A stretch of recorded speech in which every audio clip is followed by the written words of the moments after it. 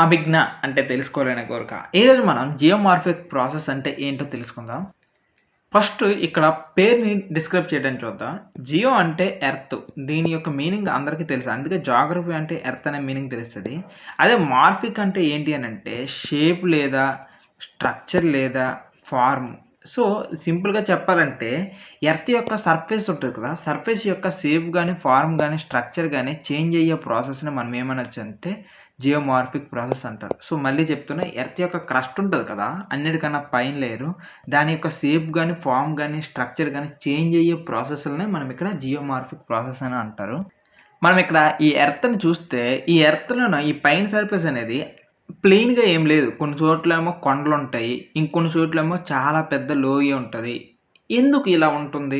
అసలు earth crust అనేది అసలు చక్కగా ప్లెయిన్‌గా ఉంటే ఎంత బావుంటదో గ్లోబ్‌లాగా అని అనుకుంటారు. కానీ ఎందుకు ఈ రకంగా హైట్, లోస్ ఇవన్నీ ఉంటాయి? ఎందుకు అన్‌ఈవెన్‌గా ఉంటది? అనే దాన్ని ఎక్స్‌ప్లెయిన్ చేయడానికి ఈ జియోమార్ఫిక్ ప్రాసెస్ అనేది చాలా హెల్ప్ చేస్తది.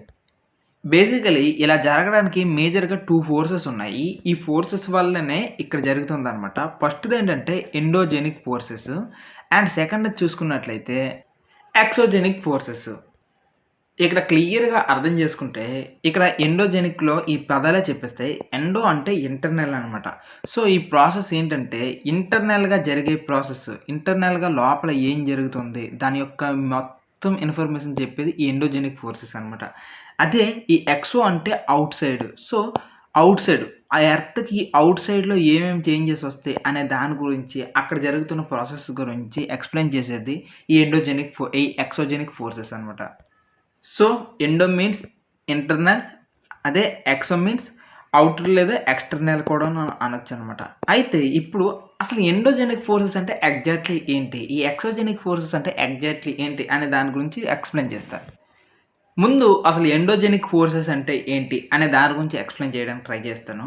ఇక్కడ మ్యాంటిల్ ఉంది కదా! మ్యాంటిల్‌లోన అప్‌సైడ్ మ్యాంటిల్‌ని మనం ఇక్కడ క్లియర్‌గా ఏమని చెప్పుకున్నామంటే, ఈ అప్‌సైడ్ మ్యాంటిల్‌ని అక్కడ లిక్విడ్‌లా ఉంటది అనుకోని చెప్పుకున్నాం. మరో మాటలో చెప్పాలంటే అక్కడున్నది యాస్తోస్ఫియర్ అనుకోని చెప్పాం. సో, ఇది లిక్విడ్ రూపంలో ఉండడం వల్ల ఇక్కడ ఎప్పుడు కూడాను కన్వెన్షనల్ కరెంట్స్ అనేవి జరుగుతూ ఉంటాయి. సో, ఈ కన్వెన్షనల్ కరెంట్స్ అనేవి ఎప్పుడు జరుగుతూ ఉండడం వల్ల దీనివల్ల ఏమవుతదంటే పైన ఇక్కడ ఈ ఓషియానిక్ క్రస్ట్‌కి అదే రకంగా ఈ పైన ఈ కాంటినెంటల్ క్రస్ట్‌కనమాట ఈ లోపల ఉన్న మాగ్మా అనేది ఎప్పుడు పైకి వస్తూనే ఉంటది. ఈ కన్వెక్షనల్ కరెంట్స్ వల్ల. సో, ఇలా పైకొచ్చేటప్పుడు కొన్ని సార్లు ఇవి పైకి రావడం వల్ల ఇక్కడ పైనున్న క్రస్ట్ అనేది ఆల్రెడీ కూడాను ఎర్త్ క్రస్ట్ ఆల్రెడీ కూడాను అది స్టాటిక్ కాదు. డైనమిక్ ఎప్పుడు అటు ఇటు మూవ్ అవుతూ ఉంటది. దట్ టూ ప్లేట్స్ అని ఉన్నాయి అనుకో తెలుసుకున్నాం కదా! సో, ఈ కిందున్న ఈ అప్పర్ మెంటల్‌లో ఉన్న యాస్టోస్ఫియర్‌లో జరిగే ఈ కన్వెక్షనల్ కరెంట్స్ వల్ల ఎప్పుడూ కూడాను పైన ఎర్త్‌క్వేక్స్ రావడానికి పాజిబిలిటీ ఉంది. వాల్కనిజం రావడానికి పాజిబిలిటీ ఉంది. సో, ఈ కన్వెక్షన్ కరెంట్స్ వల్ల ఈ 2 రకాల ఫోర్సెస్ అనేవి ఎప్పుడు కూడాను అయితే ఎర్త్‌క్వేక్స్ లేకపోతే వాల్కనిజం. ఇంకొన్ని సార్లు మాగ్మా అనేది బయటకు వస్తూ ఉంటదనమాట. సో, ఈ లోపల అనేది ఈ రకమైన ప్రాసెసెస్ జరుగుతున్నాయి. ఇది సింపుల్‌గా చెప్పాలంటే ఎండోజెనిక్ ఫోర్సెస్ అని అంటారు. సో, ఇక్కడ ఎండోజెనిక్ ఫోర్సెస్‌లో ఈ కన్వెక్షనల్ కరెంట్స్ అనేవి ఇలా ఉంటాయి కదా! దీనివల్ల కొన్ని సార్లు పైకొచ్చేటప్పుడు నెక్స్ట్ ఈ ప్లేట్స్ కన్వర్జ్ అయ్యేటప్పుడు ఇక్కడ కొన్ని సార్లు ట్రెంచెస్ ఫార్మ్ అవుతాయి. అంటే లోతైన లోతులు. ఇంకొన్ని సార్లు ఈటి యొక్క కరెంట్స్ అనేవి పైకి రావడం వల్ల పెద్ద పెద్ద కొండలు కూడాను ఫార్మ్ అవ్వడానికి అవకాశం ఉంది. సో, ఎందుకంటే ఒకదానికొకటి గుద్దుకోవడం వల్ల. ఈ లోపల ఉన్న ప్లేట్స్ అనేవి గుద్దుకోవడం వల్ల. సో, ఈ రకంగా ఈ లోపల జరిగే ఫోర్సెస్ వల్ల అయితే పెద్ద పెద్ద కొండలైనా వస్తాయి. లేదంటే చాలా పెద్ద గోతులైనా రావచ్చనమాట. ఇంకొన్ని సార్లు ఈ 2 విడిపోవడం వల్ల ఇక్కడ గ్యాప్స్ విడిపోయే అవకాశాలు కూడా ఉన్నాయి ప్లేట్ టు ప్లేట్.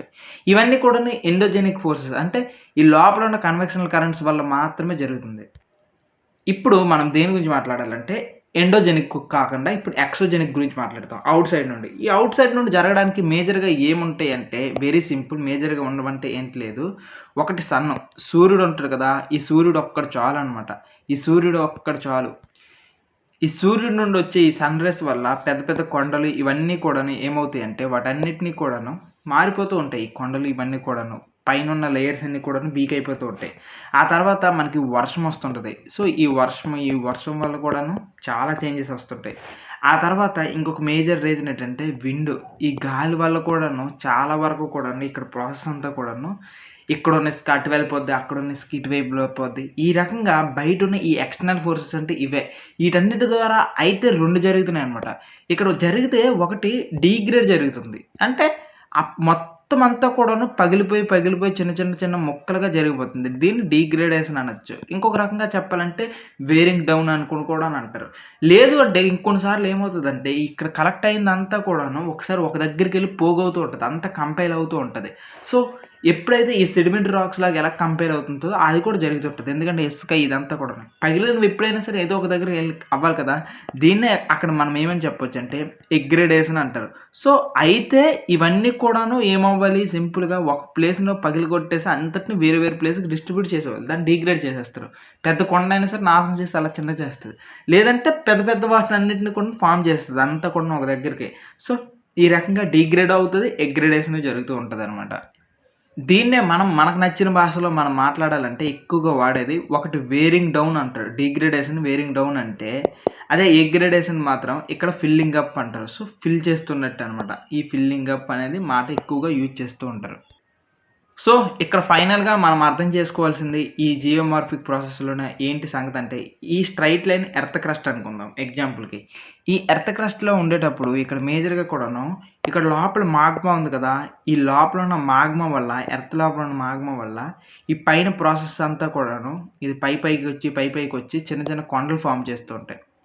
ఓకే. చిన్న డిప్రెషన్స్ ఫార్మ్ చేస్తూ ఉంటాయి. ఇది పరిస్థితి. ఇది లోపలున్న ఎండోజెనిక్ ఫోర్సెస్ వల్ల.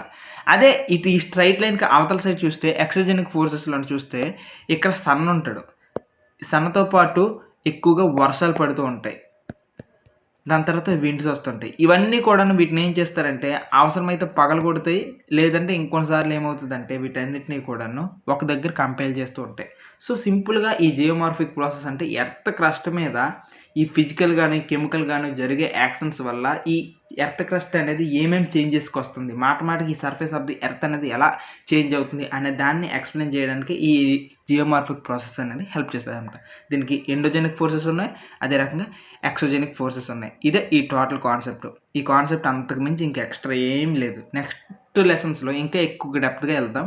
ఒక్కొక్క ఫోర్సెస్ గురించి ఇంకా ఎక్కువ డీటెయిల్‌గా నేర్చుకుందాం. Thank you and by.